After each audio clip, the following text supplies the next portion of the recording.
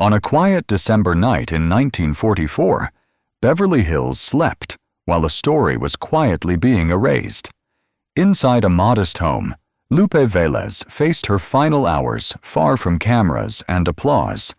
Hollywood would later present her death as spectacle, rumor, and humiliation. But the truth of that night was inconvenient. It revealed fear, pressure, and a system built to protect images, not people. This is not the version Hollywood preferred to remember at all, then or now anywhere else. Lupe Vélez was born in San Luis Potosí, Mexico, and arrived in Hollywood during the late silent era.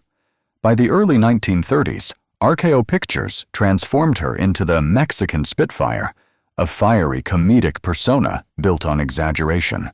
Audiences laughed, studios profited, and stereotypes hardened.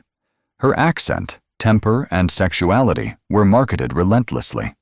Off-screen, Vélez worked constantly to remain visible, knowing visibility meant survival.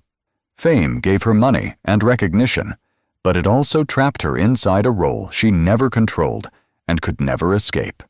Comedy hid exhaustion, loneliness, and the quiet cost of being replaceable in an industry that rewarded youth but punished dependence without warning or mercy ever. By the early 1940s, Vélez's star was fading. Roles slowed, salaries dropped, and studios stopped calling.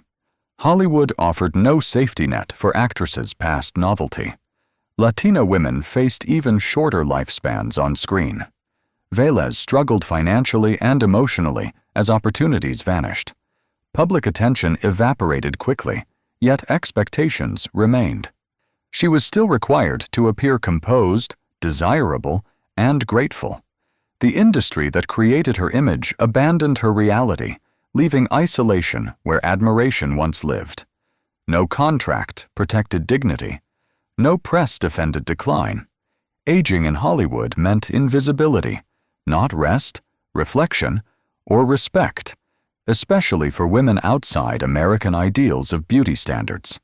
In 1944, Lupe Vélez became pregnant while unmarried, a scandal Hollywood could not tolerate. The father was Harold Ramond, a European actor who refused marriage. For studios, pregnancy threatened contracts, publicity, and moral codes. For Vélez, it meant disgrace and erasure. Adoption was considered.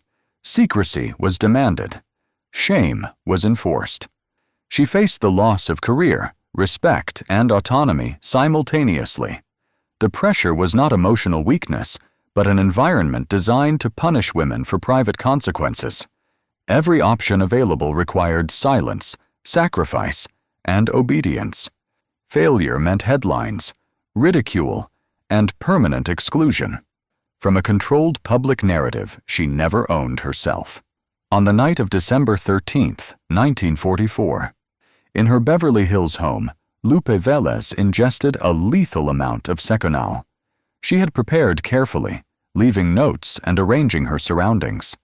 Contrary to later myths, she did not die theatrically at a table. Medical records indicate complications that prolonged suffering through the night. By morning, December 14th, she was found unconscious and transported for help. Doctors could not save her. She was 36 years old. Her death certificate listed suicide. The facts are clinical, restrained, and deeply human, stripped of drama Hollywood later added. Friends were absent. Studios were silent. Privacy replaced compassion. The event was managed quickly, efficiently, and quietly to prevent questions. No investigation challenged the narrative. No accountability followed the pressure preceding that night. Only official paperwork remained to close the story for public consumption forever and quietly. After her death, Hollywood reshaped the story. Newspapers circulated a grotesque myth of embarrassment, diverting attention from industry responsibility. The false narrative reduced Vélez to ridicule rather than reflection. Studios avoided scrutiny by transforming tragedy into spectacle. It was easier to mock than to explain systemic cruelty. The lie protected reputations, contracts, and control. Her dignity was collateral damage. What survived was not truth, but a version useful to those who feared accountability. Public memory accepted it without question for decades. Correction arrived slowly, long after harm was done by institutions unwilling to admit failure in plain documented history records. Lupe Vélez was never just a caricature or cautionary tale. She was a woman navigating power, image, and silence. Her final night exposes a system that valued control over care. Remembering her fully means rejecting myths and honoring truth. Hollywood moved on. Her story remains, demanding honesty from an industry built on forgetting about women erased when usefulness ends, and images mattered more than lives behind closed studio doors forever.